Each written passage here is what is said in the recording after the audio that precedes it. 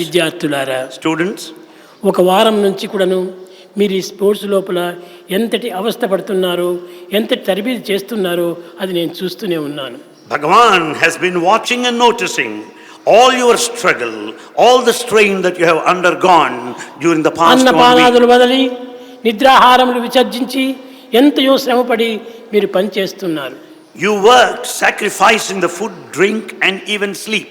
బయట విద్యార్థులు ఏదో ప్రైజులు తేవాలని, ఏదో మెడల్స్ తేవాలని ఈ విధమైనటువంటి యొక్క పేరు ప్రతిష్టలకై ప్రాకులాడుతుంటారు.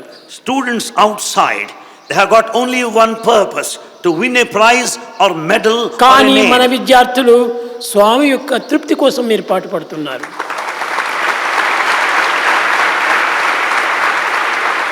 The only aim of our students is only to please Bhagavan. అదే విధంగానే ఈనాడు మన విద్యార్థులందరూ కూడాను స్వామి తృప్తి నిమిత్తమై మీరు ఇన్ని ఆటలు ఆడినారు. All students have played very well to please Bhagavan. నా తృప్తితో పాటు మీరు కూడా తృప్తి పడాలి. Bhagavan is satisfied, let you be satisfied.